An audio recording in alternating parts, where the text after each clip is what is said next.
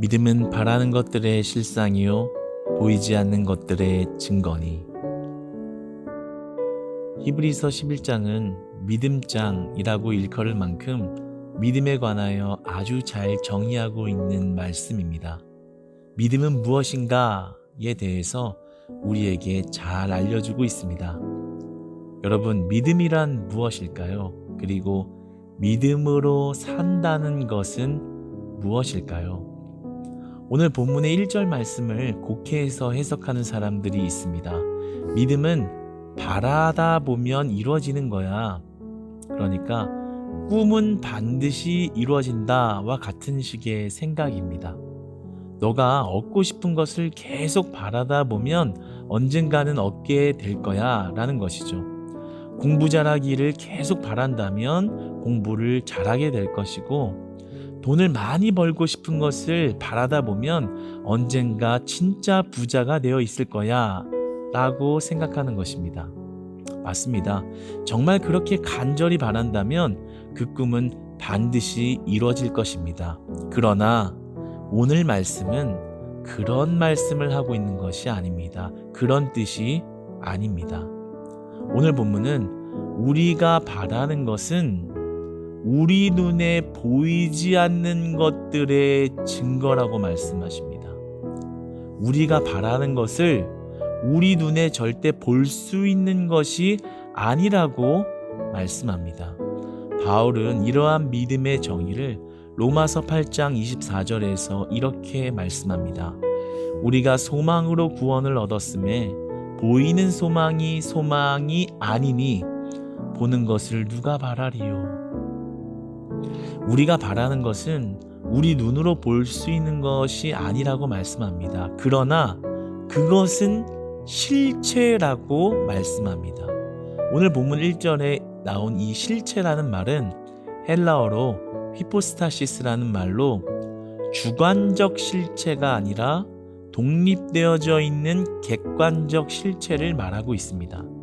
반드시 존재하는 실체라는 것이지요. 우리는 눈에 보이지 않고 잡을 수 없는 것을 바라면서 믿고 있지만 그 바람은 실체라는 것입니다. 바로 이것이 믿음이다 라고 말씀합니다. 바로 우리 주 예수 그리스도를 믿음으로 말미암아 우리가 하나님의 거룩한 보좌로 나아가게 되는 실체를 말하고 있습니다. 예수 그리스도와 연합한 영원한 삶 말입니다. 여러분, 우리가 예수 그리스도를 믿는 것은 보이지 않는 것을 바라지만 확실히 존재하는 실체를 향하여 나아가는 비밀스럽고도 존귀한 사건인 것입니다. 그래서 우리가 믿음으로 삶을 사는 것은 매우 어려운 일인 것입니다. 왜냐하면 즉각적인 보상이 없기 때문입니다. 여러분이 회사 생활을 할 때는 힘들고 어려워도 다음 달에 나올 월급을 바라보면서 조금 더 참을 수 있고 또 인내할 수 있습니다.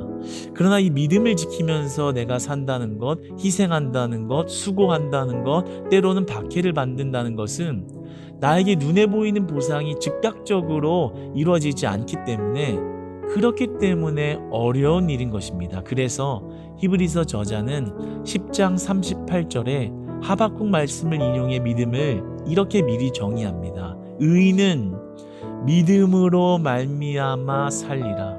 우리가 이 땅에서 믿음으로 산다는 것은 인내하는 것이다. 인내하는 것이다 라고 말합니다.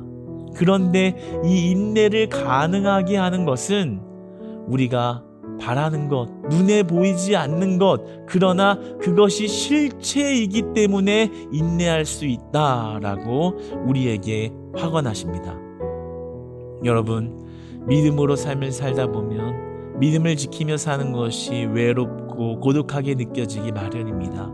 때로는 강한 핍박과 공격을 당할 때면 주저앉게 되기도 합니다. 믿음을 가지고 산다는 게 참 어렵다 라고 느껴진다면 그 사람은 진정 믿음의 삶을 살고 있는 사람일 것입니다. 왜냐하면 보이지 않는 것을 바라는 것은, 인내하며 사는 것은 그만큼 쉬운 일이 아니기 때문입니다. 어떠한 사람들은 나는 보이는 것만 믿어, 보는 것만 믿을 수 있지 라고 말하며 당신을 우습게 여기거나 그리고 조롱하는 그러한 말들로 공격할 수도 있습니다. 때로는 주를 위해 많은 것들을 희생하며 사는 것이 정말 나만 고생하면서 사는 이 일이 너무나도 괴롭다라고 정말 마음의 외로움으로 밀려올 수도 있습니다.